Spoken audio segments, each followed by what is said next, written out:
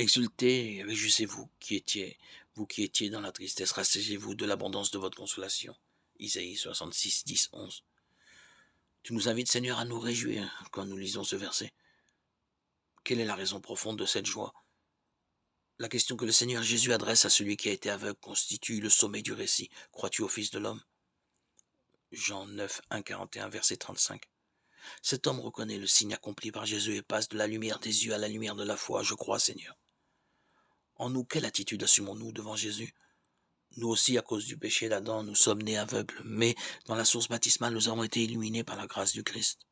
Le péché avait blessé l'humanité en la destinant à l'obscurité de la mort, mais dans le Christ resplendit la nouveauté de la vie et l'objectif auquel nous sommes tous appelés.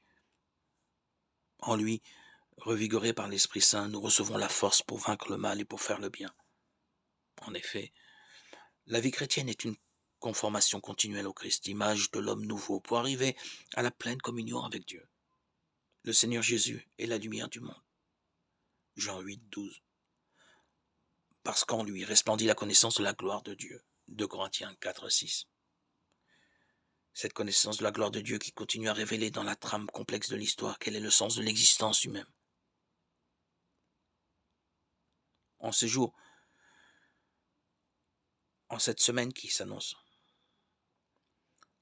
ravivons en nous le don reçu au baptême, cette flamme, cet esprit de Dieu qui nous anime continuellement, quotidiennement, qui nous guérit de nos plaies, de nos blessures.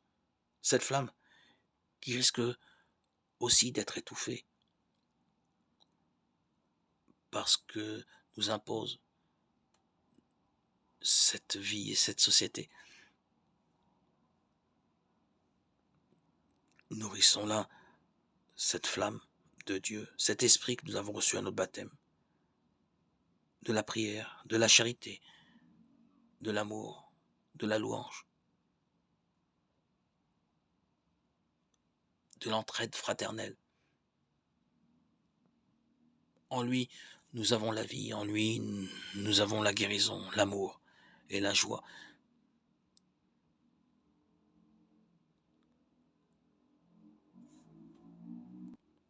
Ô Seigneur Dieu vivant, ne nous ôte pas ton esprit.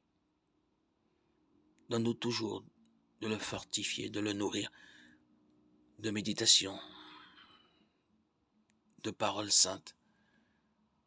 Éloigne de nous, Seigneur, toute calomnie, haine, rancune, condamnation, rejet de l'autre. Garde-nous, Seigneur, dans ta sainte loi d'amour.